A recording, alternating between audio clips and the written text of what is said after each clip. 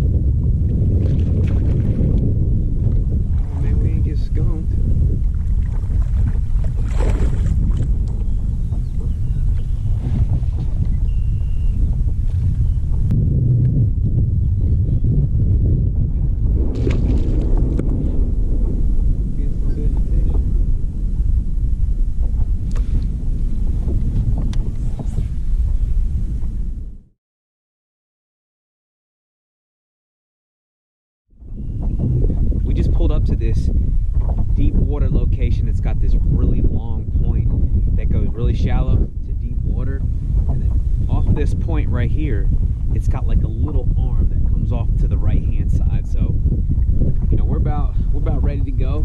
We haven't caught much all day, but I just picked up this bigger worm right here, the Texas rig, thicker Sango style bait, and I'm just going to throw it out here and see what we can catch. But guys, I'm going to make super long casts. I'm going to wait until it sinks all the way to the bottom before I start to drag it, but I'm going to keep bottom contact. I'm going to slowly drag it and have long pauses.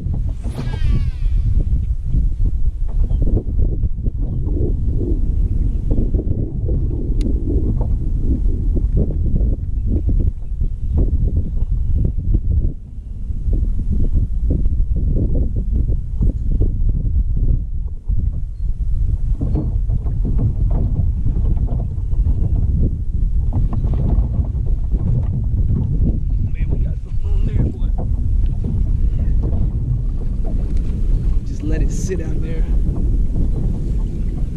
playing with my eye. He don't seem too big, probably like a 3 or 4 pounder maybe.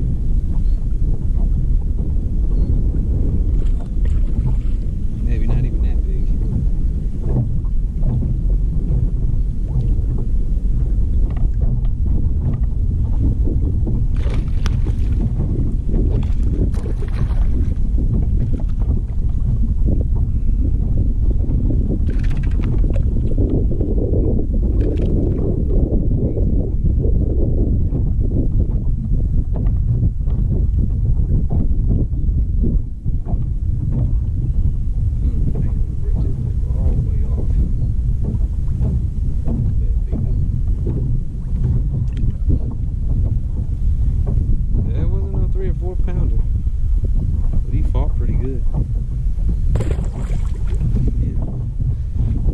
Setup is pretty simple. I just got a bullet weight. I don't have it pegged, and then I have it on this huge jungle hook. I think it's like a 7/0 ultra wide gap hook by Owner, and then I'm just getting one of those bigger worms on there, my big bite baits, and green pumpkin.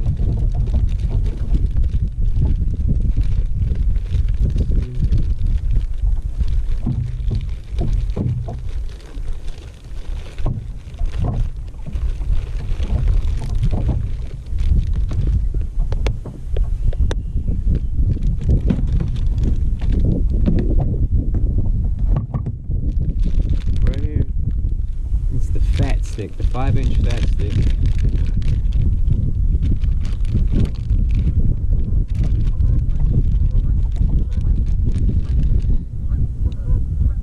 Right there.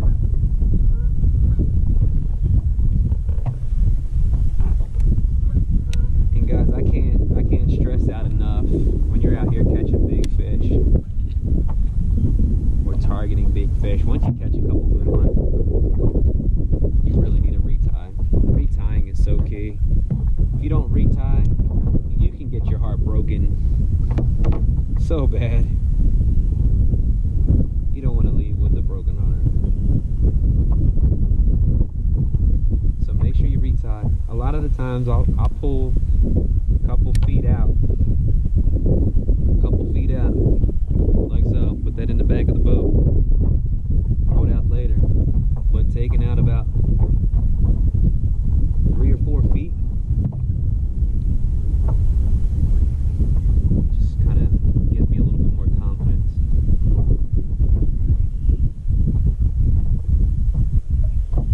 Sometimes you'll retie if you don't take that 3 or 4 feet out, and you go to tighten up that knot and your line breaks. Then you do it again, make a knot, your line breaks again. It's because a lot of that line right before your hook gets really weak, especially if you're fighting a really large fish. So how I rig this hook is huge. It's really big. Usually when you're using a bigger bait, you want a bigger hook. So what I do is I just jam it down all the way right before it starts to round off. I'll feed it through. Sometimes I'll get the hook a little bit wet just to slide it on there just a little bit better. Force that up there. Just like that. Set this up against there to see kind of where you need to take it out at. About right there in the little worm shaft. Set it in there. Lead guard it just a little bit. And guys, that's it right there. It's a fish catching machine, baby.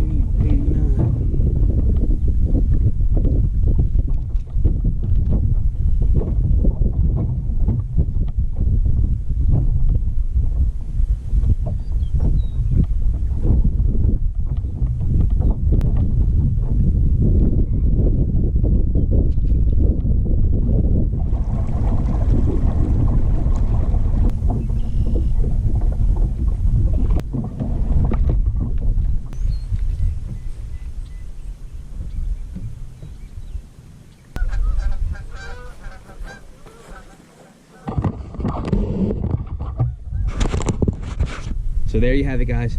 The Texas rig worm with a bigger profile helped us land some really quality fish today offshore. So if you guys are not fishing bigger worms in the summertime, you guys are really missing out. And the Texas rig worm is super simple. Literally today we threw it out, let it sink to the bottom, slowly dragged it, had a couple pauses in there, and landed some really good fish. It was very simple. It's something that you guys can do. You guys can literally use this bait, a Texas rig worm, and literally fish it shallow. You can fish it deep. You can fish with rock or up against rocks, or you can fish grass. You can fish a Texas rig worm anywhere. The Texas rig worm was literally the first setup or technique that I learned to help me land some really good bass. But there you have it, guys. Texas rig worm. Hope you enjoyed the video. Continue to follow Bass One Buddy, and I'll see you next time. Peace.